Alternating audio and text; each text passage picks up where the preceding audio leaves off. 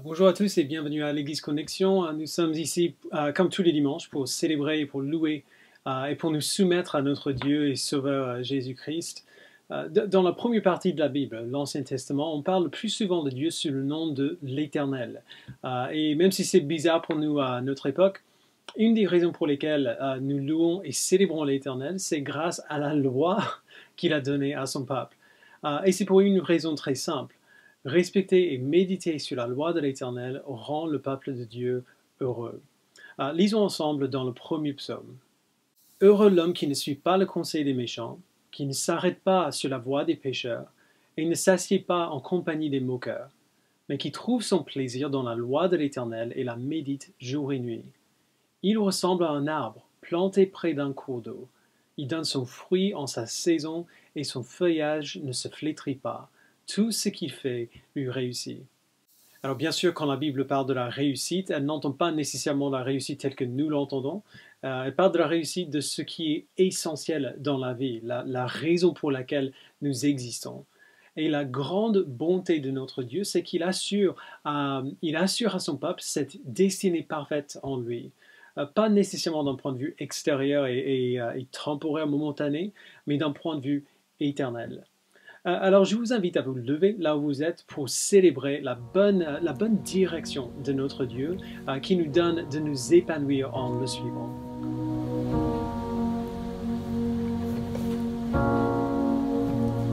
Quand je songe à l'infâme croix où Jésus fut meurtri pour moi, je vois ses mains, ses pieds percés, mon sauveur au bras attaché. Son corps lié, de larmes trempées, dans le tombeau fut déposé. L'entrée scellée d'une lourde pierre, le Messie seul et délaissé.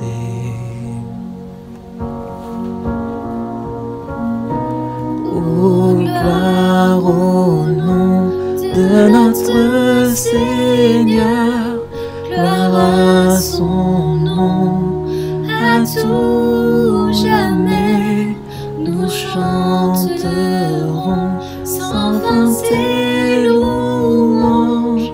Oh, gloire à toi, Jésus.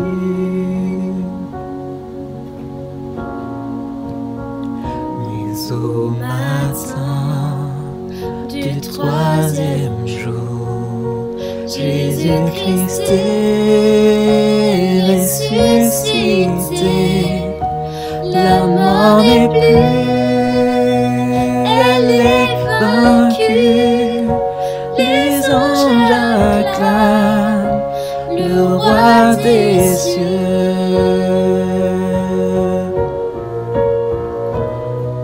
Oh, gloire au nom de notre Seigneur, gloire à son nom, à tout jamais. Nous chanterons sans fin tes louanges. Oh, gloire à toi, Jésus.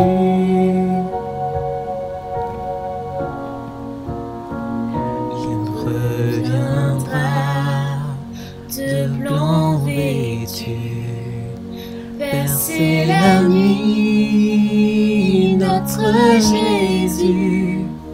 Et nous serons parmi les saints, nous chanterons sa gloire sans fin.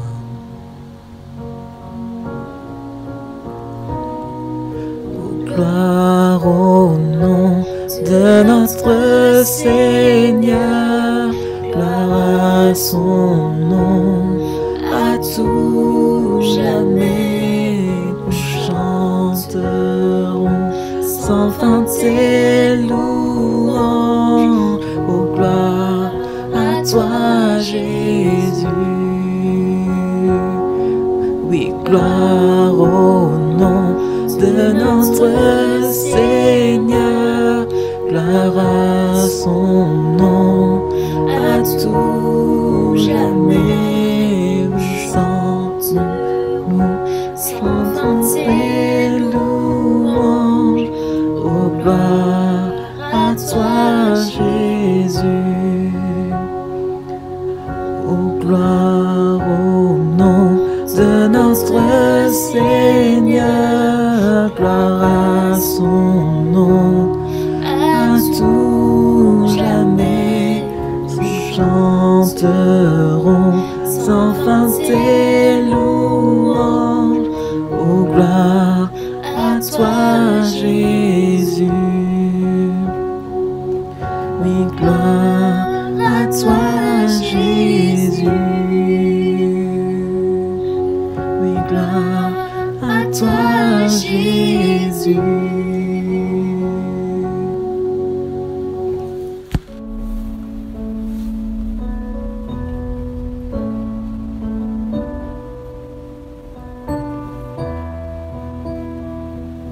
C'est par la grâce que nous venons nous présenter devant toi,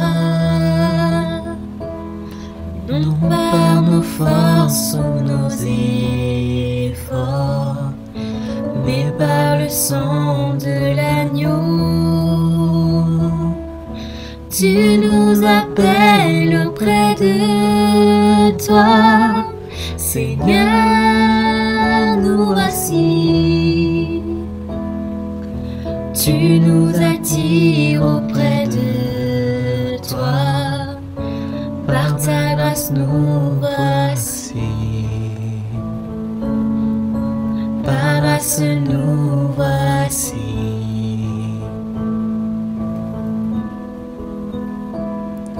Si tu comptais tous nos péchés, qui vivrait?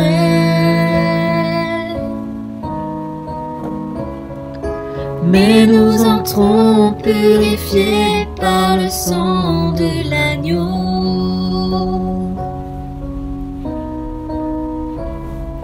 Si tu comptais tous nos péchés, qui vivrait? Mais nous entrons purifiés par le sang de l'agneau.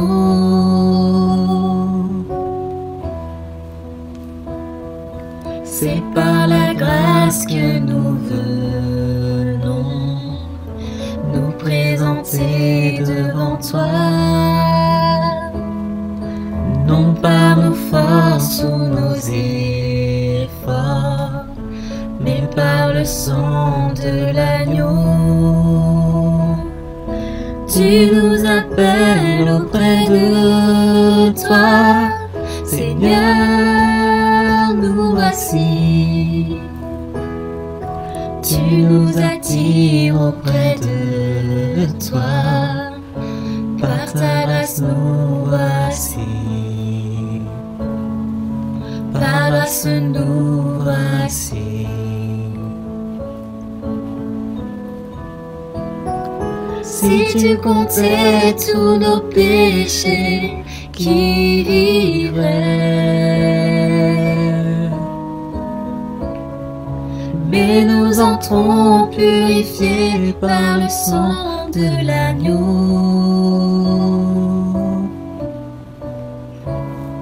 Si tu comptais tous nos péchés, qui vivrait? Mais nous entrons purifiés par le sang de l'agneau.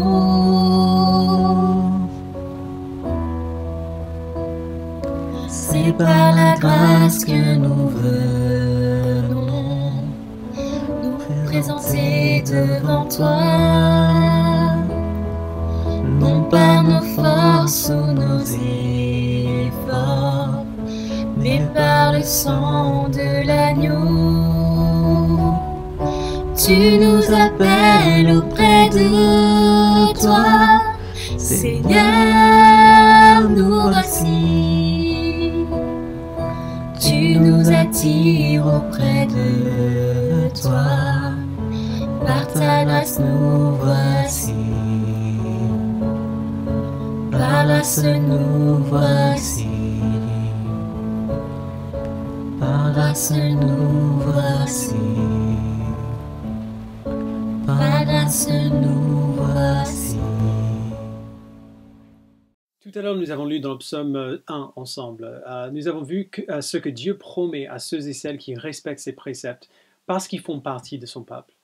Mais à la fin de ce psaume, le psalmiste met ces personnes en contraste avec ceux qu'il appelle les méchants, entre guillemets. Donc relisons le psaume, cette fois-ci dans sa totalité. Heureux l'homme qui ne suit pas le conseil des méchants, qui ne s'arrête pas sur la voie des pécheurs et ne s'assied pas en compagnie des moqueurs, mais qui trouve son plaisir dans la loi de l'Éternel et la médite jour et nuit. Il ressemble à un arbre planté près d'un cours d'eau. Il donne son fruit en sa saison et son feuillage ne se flétrit pas. Tout ce qu'il fait lui réussit. Les méchants, au contraire, ressemblent à la paille que le vent disperse. Voilà pourquoi les méchants ne résistent pas lors du jugement, ni les pécheurs dans l'assemblée des justes. En effet, l'Éternel connaît la voie des justes, mais la voie des méchants mène à la ruine. Ce qui est difficile dans ce psaume, c'est la réalité que par nature, nous sommes tous des méchants, entre guillemets, dans le sens où nous avons tous rejeté Dieu dans nos attitudes et dans nos actes. Alors qu'est-ce qui permet à quelqu'un de ne pas subir la fin de ces méchants? C'est seulement la grâce de Dieu qui a offert son Fils pour nous, afin que nous puissions être réconciliés avec lui. Et cette grâce, il donne à son peuple en abondance. Et c'est comme cela que nous venons devant lui pour confesser nos péchés, pour lui demander pardon et pour nous engager à vivre pour lui. Donc prenons un instant pour faire cela, confessons nos péchés devant lui et remercions-le pour cette assurance que nous avons auprès de lui.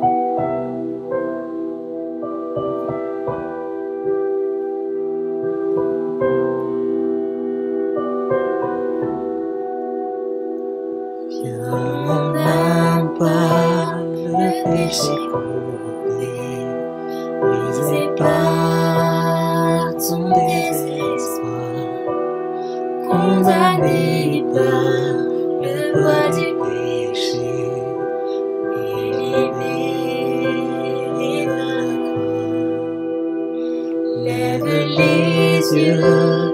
Lève les yeux vers ton Jésus, lui qui est ton seul secours. Trouve et porte son fardeau léger, mais sur tes épaules sa croix. Il te donne de persévérer, sa grâce illumine ta voie. Jusqu'à la gloire, jusqu'à la gloire, jusqu'à la gloire où ses enfants se rassemblent. Bénissons tous ceux qui le voient, ceux qui entendent sa voix, toutes les âmes qui se confient en lui et qui trouvent en lui leur joie. Ses commandements, ses commandements, ses commandements sont à leur choix joyeux.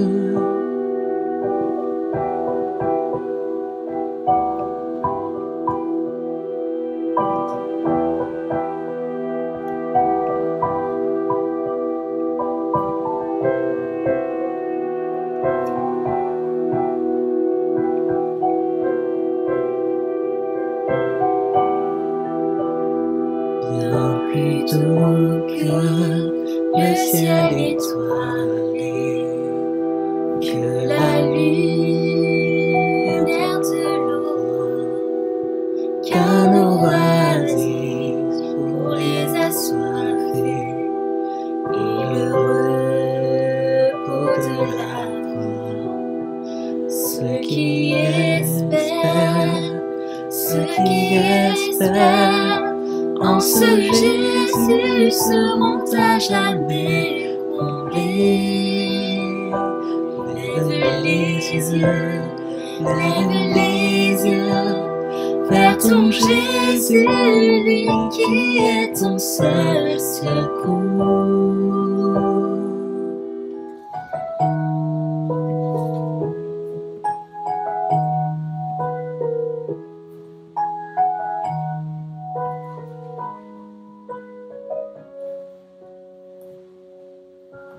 Comment osons-nous souiller impur, nous approcher du Dieu 3 fois saint? Sa loi exige la perfection. Comment purifier nos cœurs loin? Comment pouvons-nous, peuple infidèle, vivre avec Dieu en intimité? Chaque jour nous le déshonorons. Comment nos fautes sont-elles pardonnées? C'est par la croix où il s'est donné, et par son sang qu'il lave nos péchés, par sa justice comptée pour nous. En Jésus nous tenons debout. Comment persévérer dans la foi face à nos échecs et nos erreurs? Ils éveillent en nous la peur, le doute. Comment répondre à l'accusateur?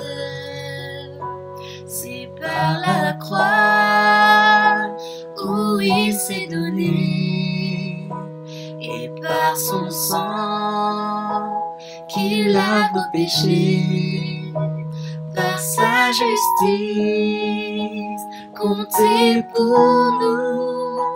En Jésus nous tenons debout. Quand viendra le jour du jugement, où nous verrons notre Créateur, nous pourrons plaider avec confiance l'œuvre accomplie de notre Sauveur. C'est par la croix où il s'est donné, et par son sang qu'il lave nos péchés, par sa justice comptée pour nous. En Jésus nous tenons debout.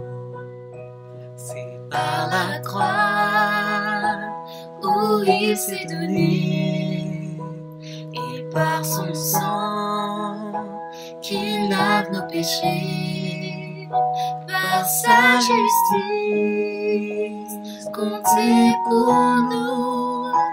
En Jésus nous tenons debout.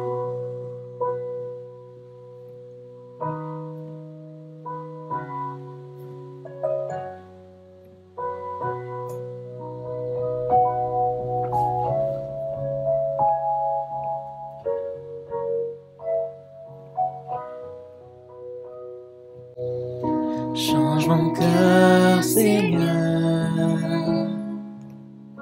et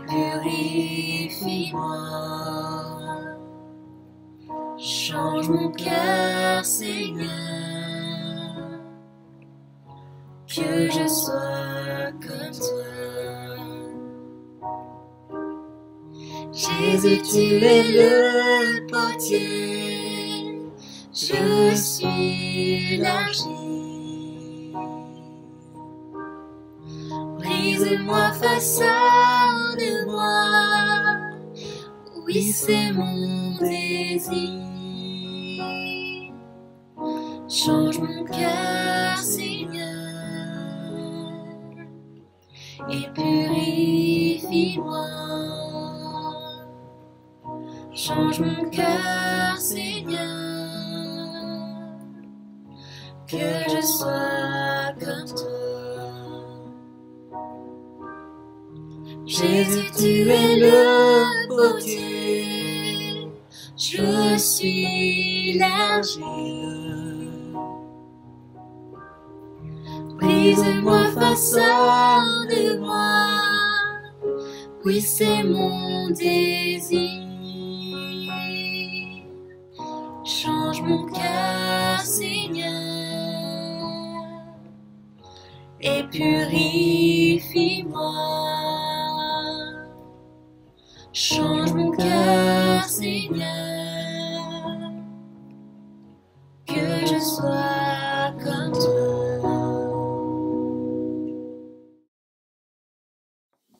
Alors, prenez vos Bibles, nous serons dans 1 Pierre chapitre 4 aujourd'hui, mais avant de commencer, prions ensemble.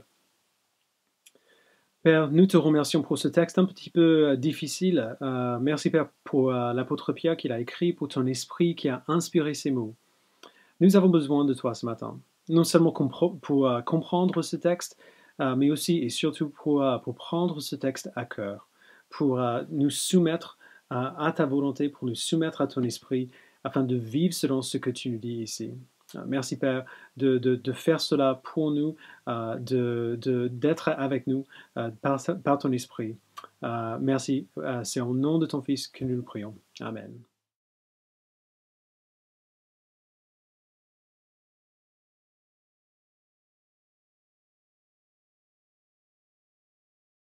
Une des choses dans le christianisme moderne qui m'a toujours laissé un peu perplexe, c'est l'idée d'un chrétien nominal, comme on dit, ou un chrétien non pratiquant. Je sais d'où ça vient du christianisme qui est devenu plus une tradition culturelle ou familiale pour beaucoup de gens, mais quand même, je trouve ça étrange. Comme tradition, le christianisme n'est franchement pas terrible. La foi chrétienne nous demande d'affirmer pas mal de choses, de vivre pas mal de choses, qui sont, pour être honnête, qui sont absurdes si on n'y croit pas vraiment. Dieu qui devient un homme, qui est né d'une vierge et qui offre son corps et son sang à manger et à boire dans un rite symbolique, tout ça est vraiment bizarre si on ne croit pas que cela s'est réellement passé dans l'histoire humaine. Mais quand même, il y a des chrétiens nominaux, des chrétiens non pratiquants, il y en a toujours eu.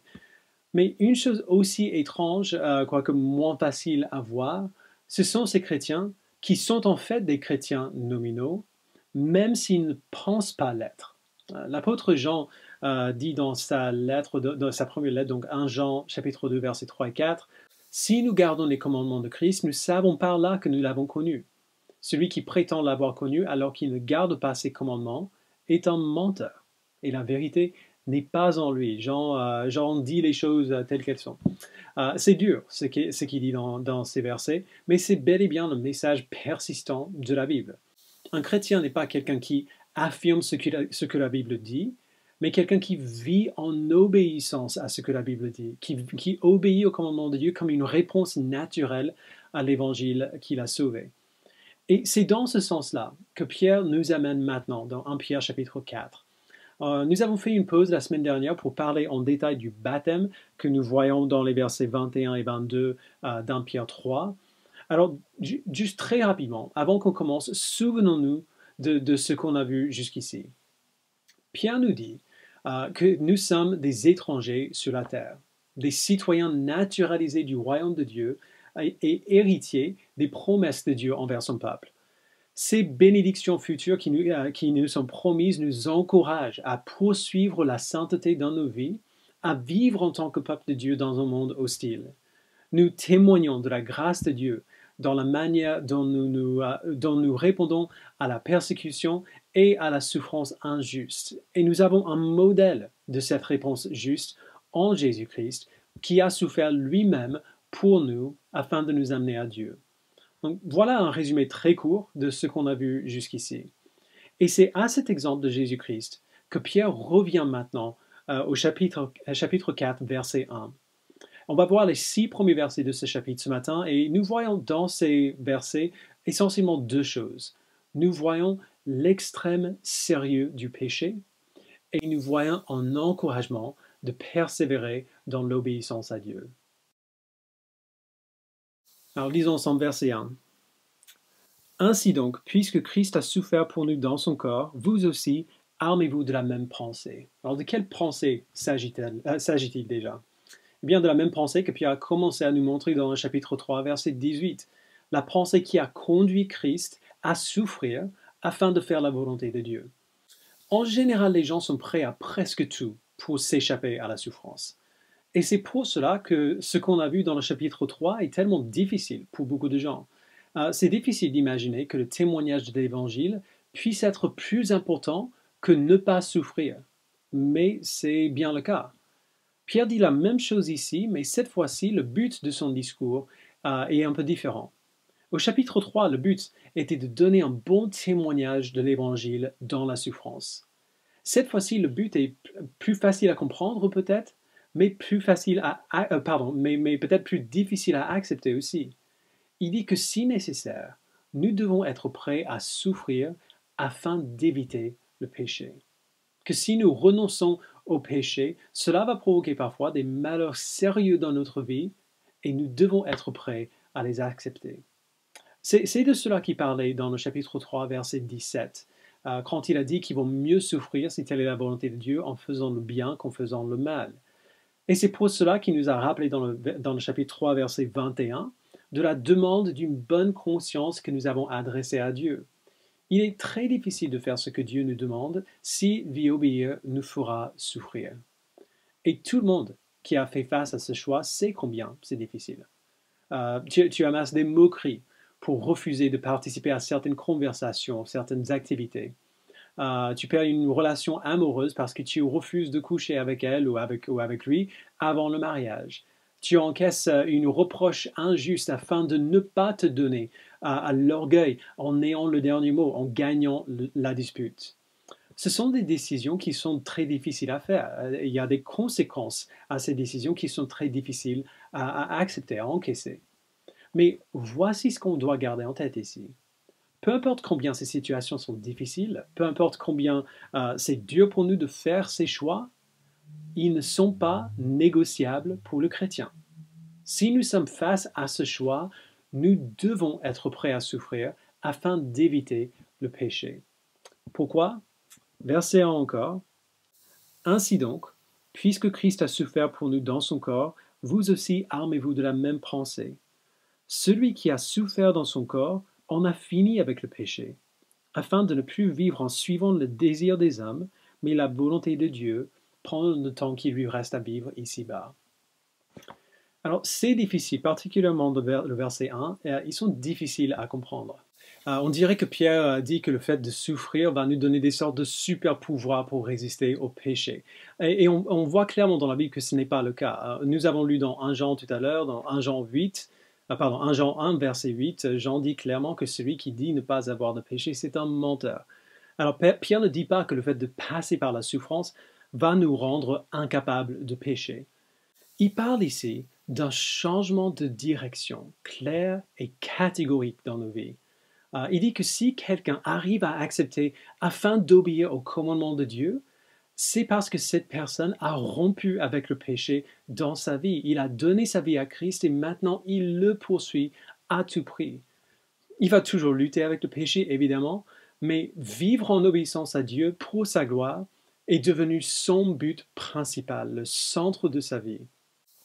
C'est de ça qu'on parle quand on parle de la repentance. La repentance est beaucoup plus extrême que simplement dire désolé pour notre péché et demander à Dieu de nous pardonner. La repentance, c'est se détourner du péché et marcher dans le sens opposé, s'éloigner de la désobéissance et marcher vers l'obéissance, s'éloigner de ce qui déplaît à Dieu et marcher vers ce qui lui plaît. Il s'agit d'un demi-tour total à 180 degrés du péché.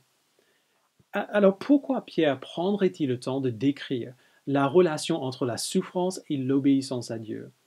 Pourquoi irait-il jusqu'à dire que Dieu nous appelle à vivre le reste de notre vie, pendant le temps qui nous reste à vivre ici-bas, en ne plus suivant les désirs des hommes, mais la volonté de Dieu? C'est quand même extrême.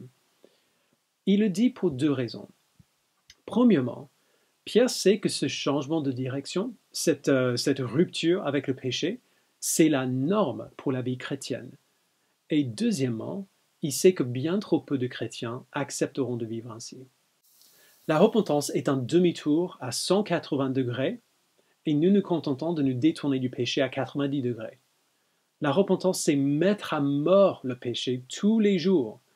Et nous nous contentons de mettre notre péché dans un placard quelque part, là où on ne le voit pas, mais là où on peut revenir vers lui si l'envie nous prend. Vous avez peut-être déjà fait cette expérience. Tu vois une tendance dans ta propre vie, une tendance à te mettre en colère, à être orgueilleux, à convoiter, à être malhonnête.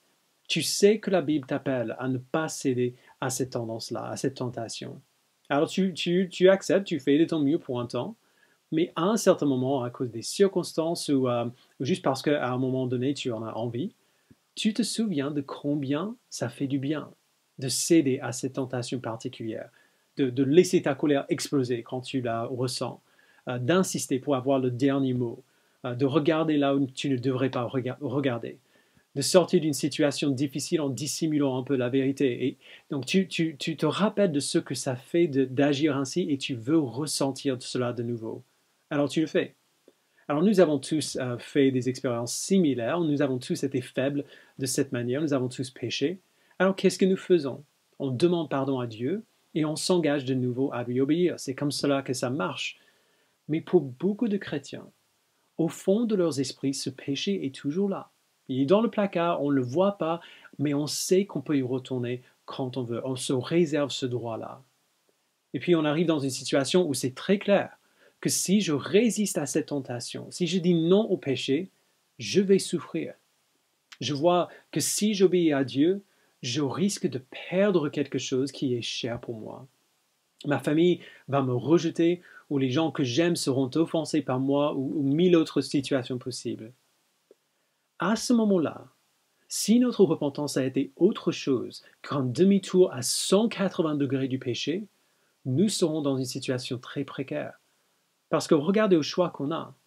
D'un côté, je peux résister à la tentation de dire non au péché et souffrir des pertes peut-être dévastatrices parce que j'ai choisi d'obéir à Dieu. Ou alors, je peux ne pas souffrir, continuer tranquillement ma vie en cédant à la tentation. Ce choix-là sera fait à l'avance pour moi si je n'ai pas fait de la repentance une pratique de tous les jours. Si je me suis détourné du péché à 90 degrés plutôt qu'à 180, si j'ai mis mon péché dans un placard, là où je peux le ressortir quand je veux parce qu'au fond de moi, je l'aime encore, ce péché. Souffrir pour une repentance qu'on n'a jamais vraiment assumée, ou s'échapper à la souffrance en cédant à un péché qu'on aime. C'est le choix le plus facile au monde. Tragique, catastrophique, mais facile. Alors, voici pourquoi je dis tout ça, et voici ce que Pierre dit ici. Nous saurons à quel point notre repentance est sincère lorsque nous risquons de perdre quelque chose pour elle. Lorsque nous souffrons parce que nous refusons de céder à la tentation. Lorsque nous agissons comme cela, nous nous donnons une preuve tangible et visible que notre repentance est authentique, enracinée dans les bonnes promesses de Dieu pour nous. Une preuve que même si nous luttons contre le péché, nous en sommes libres. Le péché n'a plus de pouvoir décisif sur nous. Nous pouvons dire non.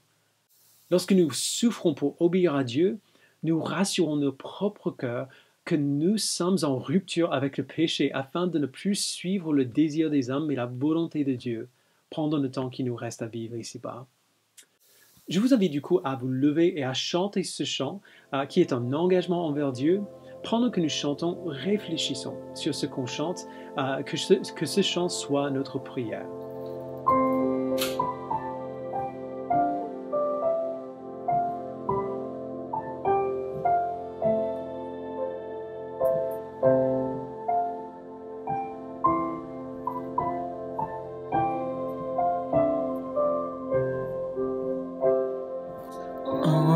Entre tes mains, j'abandonne tout ce que j'appelle le mien.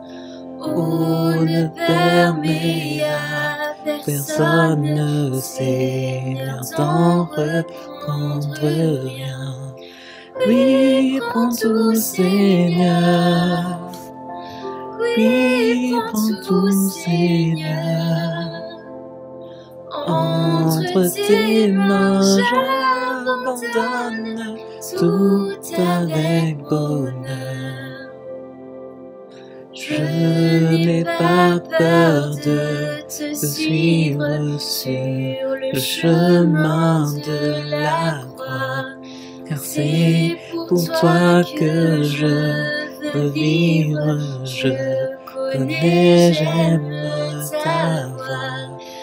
Oui, prends tout, Seigneur. Oui, prends tout, Seigneur. Sans rien garder, je te livre tout avec bonheur. Prends mon corps et prends mon âme, que tout en moi soit à toi. Que par ta divine flamme, tout mal soit détruit en moi. Oui, prends tout, Seigneur. Oui, prends tout, Seigneur. Prends mon corps et prends mon âme, règne sur mon cœur. Oui, prends tout, Seigneur. Oui, prends tout, Seigneur. Entre tes mains, j'abandonne tout avec bonheur. Alors Pierre nous a dit que lorsque nous souffrons afin d'obéir à Dieu, nous montrons que nous nous sommes détournés du péché, que nous avons fait demi-tour à 180 degrés pour nous éloigner du péché et pour vivre en obéissance à Dieu. Et maintenant, il ajoute à notre motivation pour poursuivre l'obéissance de cette manière, même si cela nous coûte. Il dit, verset 3, « C'est déjà bien suffisant d'avoir par le passé accompli la volonté des non-croyants en marchant dans les désordres, les convoitises, l'ivrognerie, les orgies et autres beuveries, ainsi que dans les idolâtries criminelles. » Alors, beaucoup de gens ont du mal avec le christianisme parce qu'ils se disent, en gros, mais si je vis pour Christ, pensez à toutes les choses que je ne pourrais plus faire. Pierre est très clair ici, vous ne ratez rien en disant non au péché. Nous avons tous péché en tant que non-croyants, nous savons tous ce que c'est que de vivre en tant que pécheur. Ça, c'est déjà suffisant. On n'a pas besoin de l'expérimenter plus que cela. Ce sont des choses de toute façon que nous ne devrions plus désirer si nous sommes en Christ. Il nous donne de nouveaux désirs. Mais il est important de regarder de près à cette liste de péchés que Pierre nous donne. Et c'est toujours la même chose quand un apôtre fait une liste de péchés comme ça. Ces listes ne sont jamais exhaustives. Pierre ne dit pas ici que ces choses qu'il liste sont les seuls péchés. Mais ces listes sont parlantes quand même, parlantes. Parce que quasiment toujours, et c'est la même chose ici, elles ne parlent pas seulement de nos actes, mais aussi de nos désirs. Il parle du désordre, d'ivrognerie, des orgies, des beuveries, mais il parle aussi de la convoitise, de l'idolâtrie. On voit la même chose dans les évangiles. Jésus cible constamment non seulement nos actes, mais le cœur d'où sortent ces actes. Écoute, je sais que beaucoup de gens ont du mal avec ce type de message. Par le passé, j'ai été accusé d'être légaliste, d'être trop extrême concernant le péché, concernant les conséquences du péché. Mais mon seul but, évidemment, et toujours, c'est de communiquer ce que la Bible dit. Je ne veux jamais rien dire que vous ne pourrez pas vérifier dans le texte pour voir pourquoi j'ai dit ce que j'ai dit. Et je ne peux pas ne pas voir cela quand je lis la Bible. Si on prend au sérieux ce que Pierre dit ici, ce que disent les autres apôtres, ce que Jésus dit, si on veut accepter tout ce que la Bible dit, et pas seulement les parties qu'on aime, on doit admettre que nous ne prenons pas le péché assez au sérieux, loin de là. Pensez juste un instant à ce que Jésus ordonne de la part de ses disciples. En voici quelques exemples. Il nous a dit de prendre notre croix et de le suivre. Matthieu 16, 24 et 25. Il nous a dit d'aimer Dieu de tout notre cœur, de toute notre âme, de toute notre pensée, de toute notre force. Marc 12, 29 et 30. Il nous a dit de nous réjouir lorsque nous sommes persécutés. Luc 6, 22 et 23. Il nous a dit de ne pas nous inquiéter de nos besoins de tous les jours. Matthieu 6, 25. Il nous a dit d'aimer nos ennemis, de prier pour ceux qui nous persécutent. Matthieu 5, 44. Il nous a dit de ne pas nous mettre en colère ou insulter. Matthieu 5, 21 et 22. Il nous a dit de pardonner aux autres quand ils nous font du tort. Matthieu 18, 21 et 22. Il nous a dit de toujours dire la vérité simple, que notre oui soit oui, que notre non soit non. Matthieu 5, 33 à 37. Encore un. Dans Matthieu 5, verset 20, Jésus parle de notre justice. Quand la Bible parle de la justice, elle ne parle pas seulement de rendre justice aux autres ou acquérir la justice pour nous-mêmes. Ce n'est pas seulement un concept social. La justice dans la Bible, c'est la capacité à faire ce qui convient de faire, selon Dieu, dans n'importe quelle situation. De faire ce qui est bon, ce qui est saint, ce qui est juste. Et Jésus dit, dans Matthieu 5, verset 20, « En effet, je vous le dis, si votre justice ne dépasse pas celle des spécialistes de la loi et des pharisiens, vous n'entrerez pas dans le royaume des cieux. » Pour le dire autrement, pensez à la personne la plus juste, la plus intègre que vous connaissez, gardez cette personne en tête et vivez mieux qu'elle. Alors bien sûr, notre justice, maintenant que nous sommes en Christ, ne se détermine plus par notre propre capacité morale. Elle se détermine par le fait que Christ est mort pour nous et qu'il nous a donné sa justice. Mais il faut qu'on garde en tête que si on a reçu la justice parfaite de Christ, si nous sommes sauvés par sa grâce, alors cette grâce nous poussera nécessairement à devenir de plus en plus comme lui, à vivre selon sa justice qu'il nous a donnée.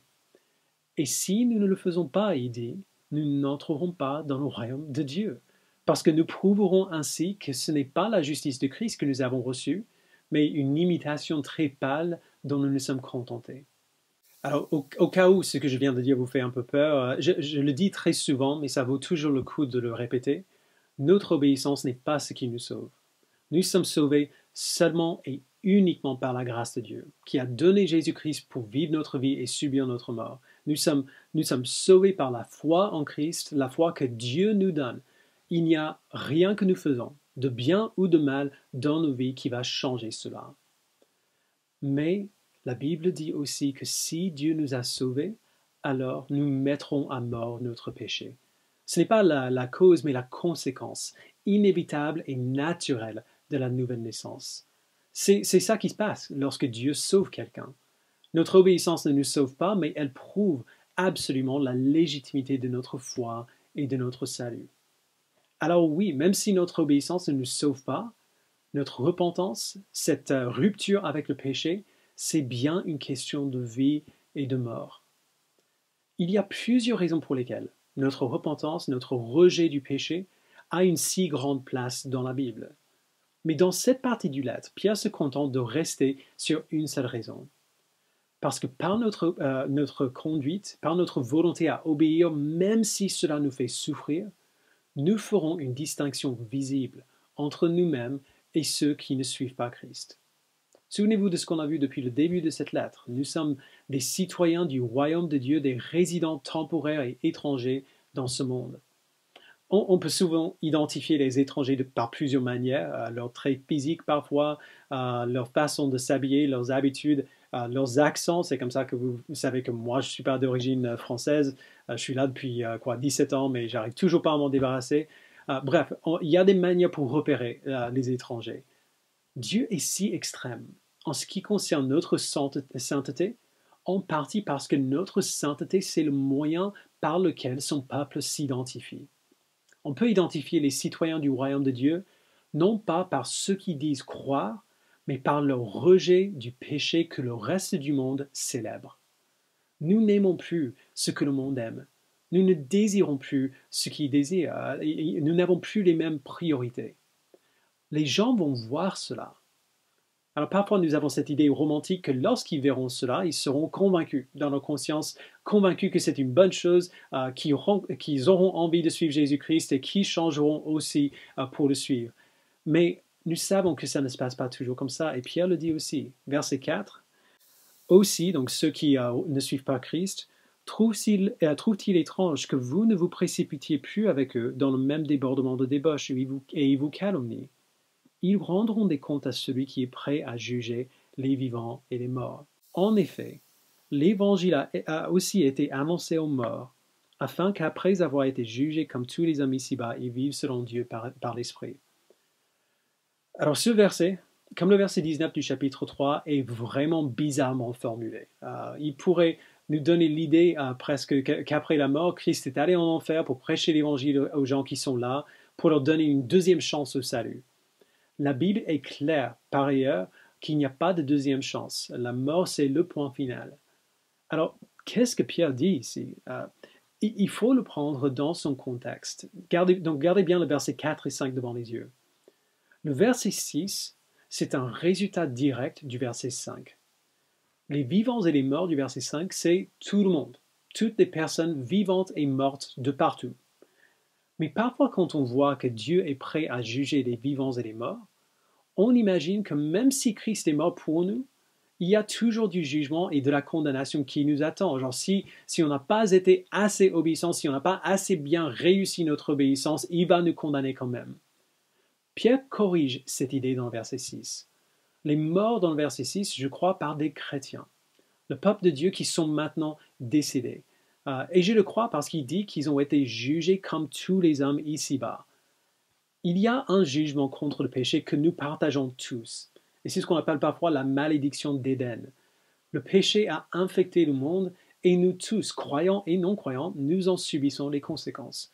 Nous tombons malades, nous souffrons, et un jour, à moins que Jésus revienne avant, nous mourrons. Mais lorsque nous mourrons, si nous sommes en Christ, nous partons pour être avec lui. 2 Corinthiens 2,5, Paul dit que si nous sommes absents du corps, nous sommes présents avec le Seigneur. Et c'est pour cela que Pierre dit ce qu'il dit au verset 6. L'évangile a été prêché à ces croyants qui sont maintenant morts dans leur corps, qui ont souffert la malédiction du péché en mourant, mais qui ne sont pas vraiment morts. Leurs corps sont morts, enterrés quelque part, mais leurs esprits sont bien vivants et ils vivent encore aujourd'hui en présence de Dieu. Vous voyez, il fait un contraste entre les croyants du verset 6 et les calomniateurs, entre guillemets, du verset 4. Lorsque eux, ils meurent, ils souffrent en dehors de cette union avec Dieu. Mais les croyants qui ont subi la mort sont maintenant parfaitement unis à Dieu en esprit. Et un jour, Christ reviendra nous juger tous, les vivants et les morts.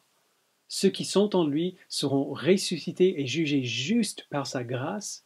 Ceux qui ne sont pas en lui seront ressuscités aussi et condamnés. Alors voilà ce qu'il veut dire pour faire court. Et si vous avez eu du mal à suivre tout ça, ne vous inquiétez pas. Ce qui est vraiment important à voir ici, c'est pourquoi Pierre en parle. Ça peut nous paraître, le verset 6 peut nous paraître presque comme une phrase entre parenthèses, un détail qu'il a décidé d'ajouter à la dernière seconde. C'est tout sauf cela. Je crois que Pierre nous donne le verset 6 comme un dernier encouragement motivant pour dire à ses lecteurs « Ne renoncez pas ». Souvenez-vous, à partir du chapitre 3, verset 8 jusqu'à maintenant, Pierre encourage ses lecteurs à être prêts à souffrir s'il le faut.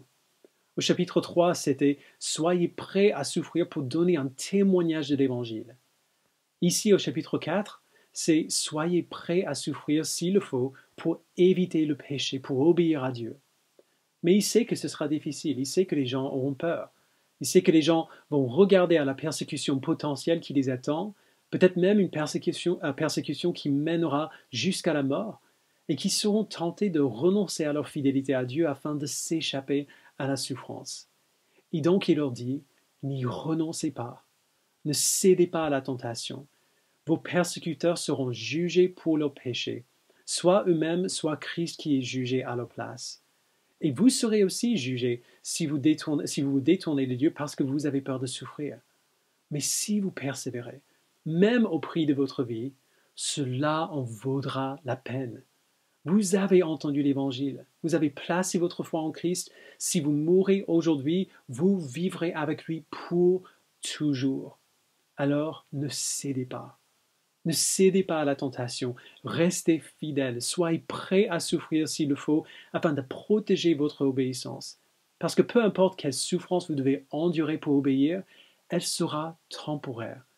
Et ce que vous aurez en retour de votre fidélité est bien plus grand que ce que vous perdrez. Comme dit l'apôtre Paul, les souffrances du moment présent ne sont pas dignes d'être comparées à la gloire qui nous sera révélée. Alors du coup, c'est là où nous devons terminer ce matin. Nous allons continuer la semaine prochaine en regardant à quoi ressemble cette vie de repentance en rupture avec le péché. Mais avant d'aller là, Dieu nous appelle dans ces versets à nous examiner nous-mêmes, à la lumière de ce contraste que Pierre fait ici. Certains gens vont voir le refus des chrétiens de céder au péché et ils se moqueront d'eux. Et s'ils continuent dans leur péché, ils devront rendre des comptes à Dieu pour leur rébellion. Ils seront jugés pour cela. Certains chrétiens verront le péché que pratiquent leurs amis, leurs voisins, et ils feront face à un choix. S'échapper à la souffrance en acceptant de vivre comme eux, ou subir la souffrance afin d'obéir à Dieu. S'ils persistent dans le péché afin de ne pas souffrir, ils seront épargnés de certaines souffrances, oui, mais ils seront jugés à côté de ceux qui ont rejeté Dieu, parce qu'en réalité, ils ont rejeté Dieu aussi. Ils prouveront par leur vie qu'ils étaient finalement des chrétiens nominaux. Des gens qui s'appellent chrétiens mais qui ne l'étaient pas vraiment, qui ne vivaient pas par la foi en Jésus-Christ. Mais s'ils persévèrent dans l'obéissance, même lorsque cela les fait souffrir, ils prouveront ainsi qu'ils ont fait demi-tour, qu'ils se sont repentis, qu'ils se sont détournés du péché et ont poursuivi l'obéissance à Dieu à l'image de Christ. Et ils seront pour toujours des citoyens du royaume de Dieu, héritiers de la vie éternelle avec Christ. Alors l'appel de ce texte est le même pour les chrétiens et pour ceux qui n'ont aucune foi en Christ. L'appel, c'est une question. Qu'est-ce que vous voulez? Le jugement ou la vie? C'est le seul et unique choix qui est devant nous. Si vous voulez le jugement, le choix est facile. Ne changez rien. Ne vivez pas selon l'évangile que vous prétendez avoir accepté. Ne mettez pas votre péché à mort. Gardez-le dans le placard. Cédez au péché plutôt que de souffrir pour l'obéissance. Montrez par vos vies que votre foi n'est pas réelle. Cette option est bien plus facile. Il vous apportera absolument du plaisir, mais seulement pour un temps. Un jour, vous rendrez des comptes à celui qui est prêt à juger les vivants et les morts. Si par contre, vous voulez la vie, alors repentez-vous de votre péché. Pas une fois, mais chaque minute de chaque jour. Détournez-vous du péché. Faites demi-tour à 180 degrés. Ne cédez pas. Résistez à la tentation, même si cela vous coûte, même si ça vous fait souffrir, même si on dirait que vous risquez de tout perdre. Parce que lorsque vous souffrez, pour avoir fait ce que Dieu ordonne, vous prouvez la légitimité de votre foi. Vous montrez la sincérité de votre repentance. Lorsque vous êtes prêt à souffrir afin d'obéir à Dieu, le souvenir de cette souffrance servira comme une preuve claire et visible que l'évangile de Jésus-Christ, le don du salut qui vous a donné par pure grâce, est plus important pour vous que n'importe quel confort, n'importe quel plaisir que ce monde vous propose. Je vous invite à prier. Père, puisque Christ a souffert pour nous dans son corps, donne-nous de nous armer de la même pensée que lui. Donne-nous de voir, Père, que si nous souffrons dans notre corps, c'est un signe que nous en avons fini avec le péché, afin de ne plus vivre en suivant les désirs des hommes et la volonté de Dieu, pendant le temps qui nous reste à vivre ici-bas. Donne-nous, Père, de nous rappeler que c'est déjà bien suffisant d'avoir par le passé accompli les péchés que les autres célèbrent. Donne-nous, Père, du courage face à ces gens qui trouvent étrange que nous ne nous précipitons pas avec eux dans les mêmes péchés, qui nous calomnieraient, qui nous persécuteraient pour notre obéissance. Donne-nous de nous rappeler que ces gens rendront des comptes à toi qui es prêt à juger les vivants et les morts. Donne-nous, Père, de chérir l'évangile qui nous a été annoncé, afin qu'après avoir souffert dans ce monde les conséquences du péché, la maladie, la souffrance, éventuellement la mort, nous puissions vivre selon toi par l'Esprit. Donne-nous, Père, de vivre pour toi, même si cela nous coûte absolument tout, parce que ça en vaut le coup. Et Père, pour ceux qui ne te connaissent pas, je prie que tu leur donnes à eux aussi de faire de la repentance une pratique de tous les jours, chaque minute de chaque jour. Donne-leur de prier une de ces deux prières qui s'affichent sur l'écran maintenant, afin de continuer à te chercher ou alors de placer leur foi en toi. Donne-leur de vivre pour toi, en obéissance à ta parole, non pas parce qu'ils ont peur de ce qui se passera s'ils ne le font pas, mais parce qu'ils voient en toi quelque chose quelqu'un qui est infiniment plus merveilleux que tous les conforts, tous les plaisirs que le monde leur propose, et qu'ils ont envie d'être heureux en toi. Merci, Père, de nous donner de vivre pour toi, d'être fidèles, de persévérer jusqu'à la fin. Au nom de ton Fils, nous le prions. Amen.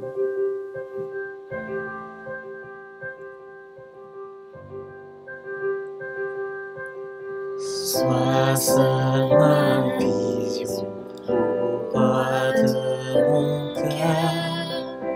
Brise en moi tout autre désir, Seigneur. Dès l'aube du jour, conduis mes pensées. Quand ta présence, je reste comblé.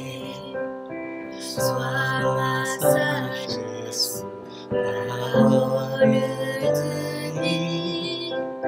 Garde-moi en toi, nourris mon esprit. Père tout-puissant, en moi tu demeures. Je suis ton enfant, uni à ton cœur. Le monde l'argent ne m'attire pas. Mon héritage à jamais tu seras. Oui, toi seul, règne dans mon cœur.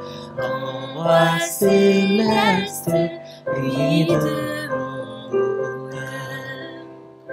Grand roi céleste, pour moi victorieux, éveille mon âme au plaisir des cieux. Au cœur de ton cœur, qu'importe mon sort, reste ma vision, Seigneur, je t'implore.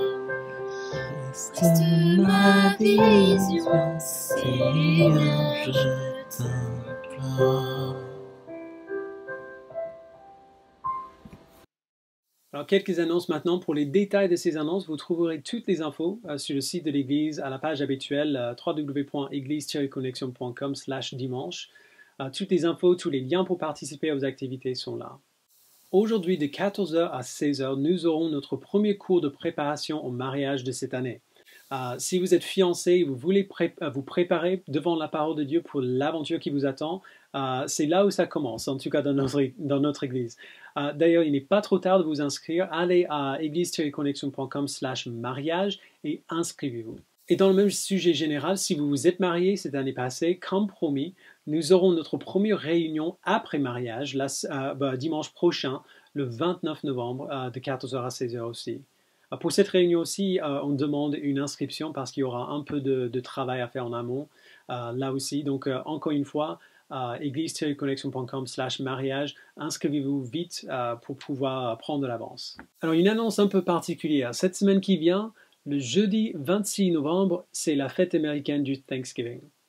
À l'Église Connexion, le dimanche qui précède cette fête, nous avons l'habitude de faire une fête nous-mêmes. D'habitude, nous distribuons des recettes au groupe de communauté. Nous préparons beaucoup de desserts traditionnels américains et nous avons un événement spécial le dimanche après-midi. Évidemment, dans cette période particulière, pour la première fois de notre histoire en tant qu'Église, nous ne pouvons pas faire une fête de Thanksgiving cette année.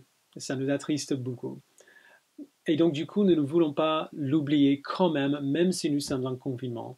Anne, notre directeur d'événementiel, est à la charge avec son équipe. Ils ont créé une page sur le site de l'église, donc c'est église-connexion.com/Thanksgiving.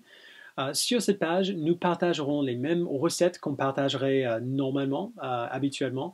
On est en confinement et donc profitons-en pour cuisiner des choses qui nous feront plaisir et qui nous rappellent de cette fête que nous faisons d'habitude avec nos frères et sœurs en Christ. Mais évidemment, le but de cette fête n'est pas les desserts, même si ça nous plaît beaucoup. Alors nous allons aussi partager les uns avec les autres les raisons pour lesquelles nous sommes reconnaissants cette année. Le mot Thanksgiving veut dire reconnaissance.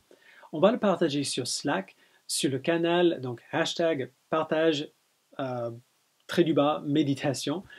Si vous n'avez pas encore accès au Slack de l'Église, vous pouvez le rejoindre en allant sur notre site web à la page des infos de dimanche et suivre les instructions. Et donc encore une fois, église-connexion.com/Thanksgiving et le canal partage et méditation sur Slack. Même si nous ne sommes pas ensemble physiquement, fêtons notre reconnaissance ensemble cette semaine. Et puis cette semaine, nous avons aussi toutes nos réunions habituelles. Nous avons 4 réunions de prière chaque semaine pendant le confinement.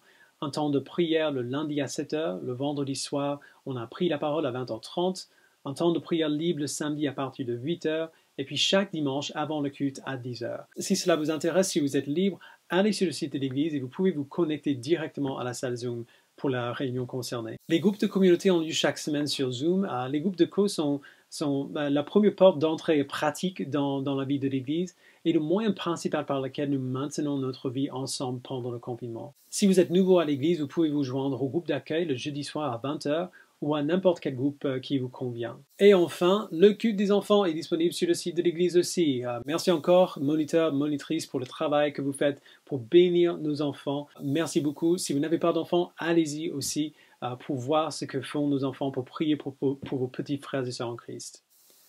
La fin de toute chose est proche. Soyez donc sages et sobres afin de vous livrer à la prière. Avant tout, ayez un amour ardent les uns pour les autres, car l'amour couvrira une foule de péchés. Exercez l'hospitalité les uns envers les autres sans murmurer. Comme de bons intendants des diverses grâces de Dieu, mettez chacun au service des autres le don que vous avez reçu. Si quelqu'un parle, qu'il annonce les paroles révélées de Dieu. Si quelqu'un accomplit un service, qu'il le fasse avec la force que Dieu communique, afin qu'en tout, Dieu reçoive la gloire qui lui est due à travers Jésus-Christ. C'est à lui qu'appartiennent la gloire et la puissance au siècle des siècles. Amen. Amen. Merci beaucoup d'être venu. Amen. Merci beaucoup d'être venu. Priez les uns pour les autres cette semaine. À très bientôt. Que Dieu vous bénisse.